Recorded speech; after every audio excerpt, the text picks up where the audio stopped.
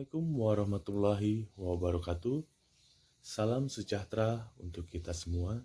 Perkenalkan, nama saya Dian Iskandar, mahasiswa Institut Manajemen Wiata Indonesia, dengan nomor induk mahasiswa 21031128. Pada kesempatan ini, saya akan memaparkan singkat tentang bahasa Indonesia. Yang pertama, ada hakikat bahasa Indonesia. Yang kedua, ejaan yang disempurnakan. Yang ketiga, kata, istilah, diksi. Dan yang keempat, kalimat. Yang pertama ada hakikat bahasa Indonesia. Sejarah perkembangan bahasa Indonesia dianggap lahir atau diterima keberadaannya sebagai bahasa persatuan pada tanggal 28 Oktober 1928. Namun, menurut penelusuran historis, masa tumbuh dan berkembangnya Kerajaan Sriwijaya pada abad ke-7 Masehi bersamaan pula dengan tumbuh dan berkembangnya suatu bangsa yang digunakan ketika itu. Lalu, kedudukan dan fungsi bahasa Indonesia. Kedudukan dan fungsi bahasa Indonesia penting diketahui oleh semua warga negara Republik Indonesia, karena pemahaman tentang hal itu terkait dengan pemunculan sikap seorang terhadap bahasa Indonesia yang menjadi miliknya. Melalui Sumpah Pemuda pada tanggal 28 Oktober 1928 diikrarkan bahwa bahasa Indonesia telah menjadi bahasa nasional. Kejelasan ikrar tersebut terdapat pada urutan ketiga dalam isinya, yang diungkapkan dalam kalimat "Kami putra dan putri Indonesia menjunjung bahasa persatuan bahasa Indonesia", menyatakan ini. Berarti bahwa sebagai bahasa nasional, bahasa Indonesia memiliki kedudukan tertinggi di antara semua bahasa yang terdapat atau yang digunakan di wilayah kekuasaan Republik Indonesia. Fungsi bahasa Indonesia. Fungsi bahasa Indonesia dibedakan menurut kedudukannya, yaitu sebagai bahasa nasional dan bahasa negara. Hal itu terdapat pada hasil perumusan seminar politik bahasa nasional yang diselenggarakan di Jakarta mulai tanggal 25 hingga 28 Februari 1975. Sebagai bahasa nasional, bahasa Indonesia memiliki fungsi sebagai berikut. 1. Lambang kebanggaan nasional. 2. Lambang identitas nasional. 3. Alat pemersatu berbagai-bagai masyarakat yang berbeda-beda latar belakang sosial budaya dan bahasanya. Yang keempat, alat perhubungan antar budaya dan antar daerah. Variasi bahasa terbagi menjadi dua jenis, yaitu variasi lisan dan variasi tulisan. Kedua variasi ini memiliki perbedaan dalam banyak hal, namun tidak menyebabkan terjadinya kesenjangan pemahaman di antara sesama pengguna. Variasi lisan dan tulisan terdapat penggunaan kosakata, penggunaan bentuk kata, dan penggunaan susunan kalimat. Variasi bahasa resmi dan tak resmi. Bahasa resmi dapat diidentifikasi dengan bahasa baku, dan bahasa tak resmi mengacu kepada non-baku. Selanjutnya, variasi bahasa dialekta. Luasnya wilayah penggunaan suatu bahasa dapat menyebabkan timbulnya variasi bahasa yang berbeda-beda. Yang kedua, ada ejaan yang disempurnakan. Ejaan yang pernah berlaku di Indonesia. Sebelum dan sesudah kemerdekaan, ada sejumlah ejaan yang pernah berlaku. Pada tahun 1901 ditetapkan ejaan bahasa Melayu dengan huruf Latin yang disebut dengan ejaan Van Ophusen dan dibagi menjadi 4, yaitu huruf C, ejaan Suwandi, ejaan Melindo, ejaan bahasa Indonesia yang disempurnakan atau EYD. Huruf C untuk menuliskan kata-kata jang, pajah, sajang, dan huruf OE untuk menuliskan kata-kata goeroe, itue, umuer. Ejaan Suwandi pada tanggal 19 Maret 1947 Ejaan Suwandi diresmikan dan diberi julukan ejaan Republik. Huruf OE diganti dengan U seperti kata, guru, itu, umur, dan kata ulang boleh ditulis dengan angka 2 seperti anak-anak, berjalan-jalan, ke barat-baratan. Selanjutnya ada ejaan Melindo. Pada akhir tahun 1959, sidang pemutusan Indonesia dan Melayu yang dikenal dengan ejaan Melindo atau Melayu Indonesia. Ejaan Bahasa Indonesia yang disempurnakan atau EYD. Pada tanggal 16 Agustus 1972, Presiden Republik Indonesia meresmikan pemakaian ejaan bahasa Indonesia berdasarkan keputusan Presiden nomor 57 tahun 1972. Lalu komponen-komponen ejaan. Ada 4 hal pokok yang disajikan dalam permen tersebut terkait dengan ejaan, yakni pemakaian huruf, penulisan kata, pemakaian tanda baca, dan penulisan unsur serapan.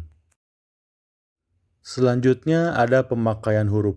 Pemakaian huruf meliputi penggunaan yang pertama huruf abjad, yang kedua huruf vokal, yang ketiga huruf konsonan, yang keempat huruf diftong, yang kelima gabungan huruf konsonan, yang keenam huruf kapital, yang ketujuh huruf miring, yang kedelapan huruf tebal.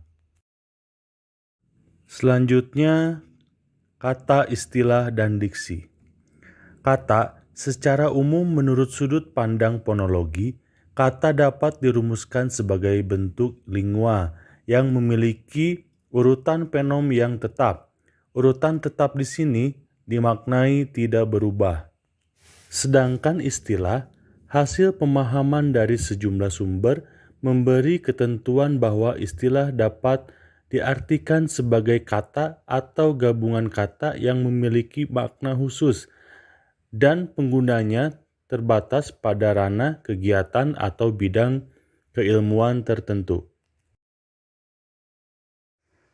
Sumber kata pada dasarnya, kata bahasa Indonesia berasal dari 2 sumber, yakni sumber dalam dan sumber luar. Dari bahasa Melayu, dari bahasa-bahasa daerah, dari bahasa asing, bahasa Sanskerta, bahasa Arab, Parsi, dan Tamil, bahasa Belanda, bahasa Inggris dan Portugis, bahasa Cina, Latin, dan Italia. Sumber istilah, dinamika kehidupan telah membawa kita kepada pengenalan terhadap sesuatu, baik berupa hal konkret maupun yang masih bersifat abstrak, seperti keadilan, kesadaran, dan merana. Dari bahasa Indonesia Melayu, dari bahasa daerah atau serumpun. Selanjutnya ada diksi atau pilihan kata dan relasi makna. Diksi atau pilihan kata adalah kemampuan memilih satu kata yang tetap di antara sejumlah kata bersinonim untuk digunakan dalam konteks tertentu. Sedangkan relasi makna, sifat pertalian makna yang terdapat pada sejumlah kata. Kesinoniman, keadaan yang menunjukkan bahwa sejumlah kata yang berlainan bentuknya memiliki makna yang sama, sedangkan sinonim adalah kata memiliki makna yang sama atau mirip dengan kata lain yang bentuknya berbeda. Contoh, seorang jaksa agung harus berani. Contoh yang kedua, seorang jaksa besar harus berani. Contoh yang ketiga, seorang jaksa akbar harus berani. Contoh lain, turis, pelancong, wisatawan, dahi, kening, jidat, lorong, gang, sela, sempit, picik, cupet, pelik, kikir, kedekut, udara, hawa, angin. Kehemoniman adalah keadaan yang menunjukkan bahwa sejumlah kata yang berbeda memiliki bentuk yang sama.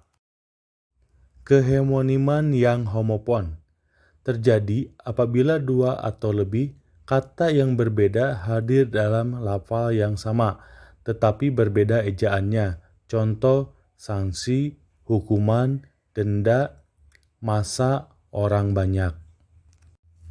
Kehomoniman yang homograf terjadi apabila dua atau lebih kata yang berbeda hadir dalam lafal yang berbeda, tetapi sama ejaannya. Contoh, mental, rusak mental, mental, bola mental di dinding.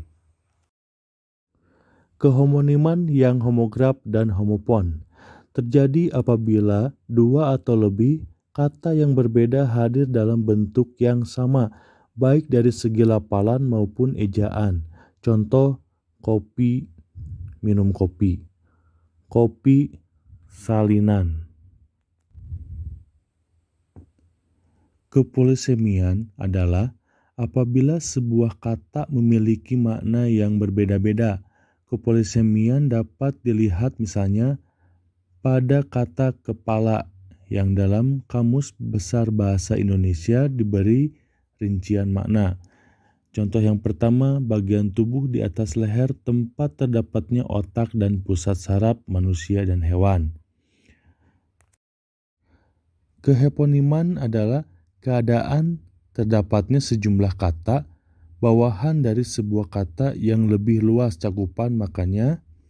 Contoh, burung, ayam, itik, angsa adalah hiponim dari kata unggas. Yang keempat ada kalimat.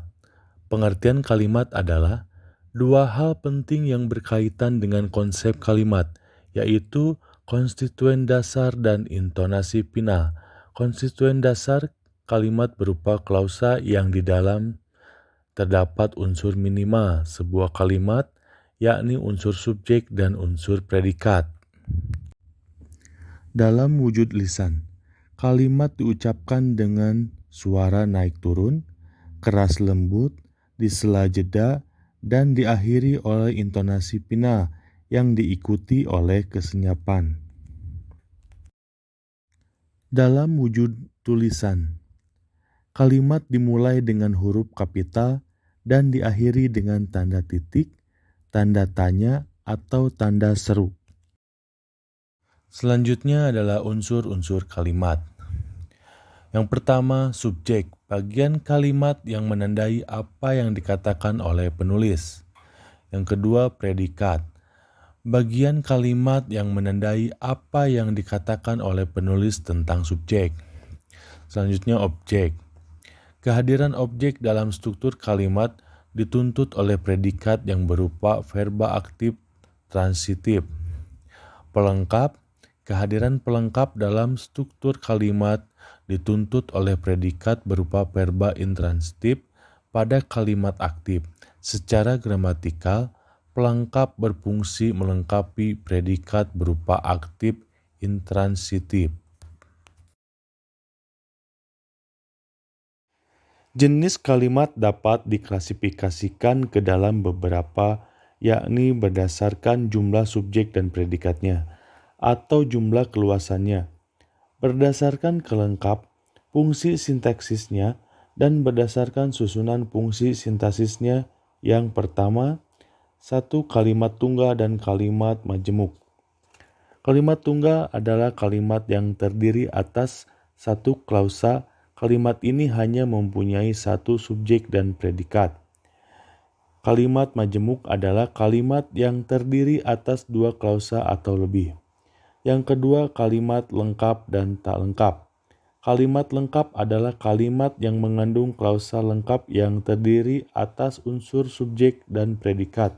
Bahkan ada unsur objek pelengkap. Kalimat tak lengkap adalah kalimat yang terdiri atas klausa tak lengkap, yaitu terdiri subjeknya, predikat saja, objek saja, atau keterangan saja. Yang ketiga, kalimat inversi dan kalimat bermutasi. Kalimat inversi adalah kalimat yang tersusun sesuai dengan pola dasar kalimat bahasa Indonesia, yaitu subjek, predikat, objek, pelengkap, keterangan, atau subjek mendahului predikat. Sedangkan kalimat bermutasi adalah kalimat yang berpola terbaik, yaitu predikat, subjek, atau predikat, objek, subjek. Cukup sekian pemaparan singkat dari saya. Terima kasih. Assalamualaikum warahmatullahi wabarakatuh.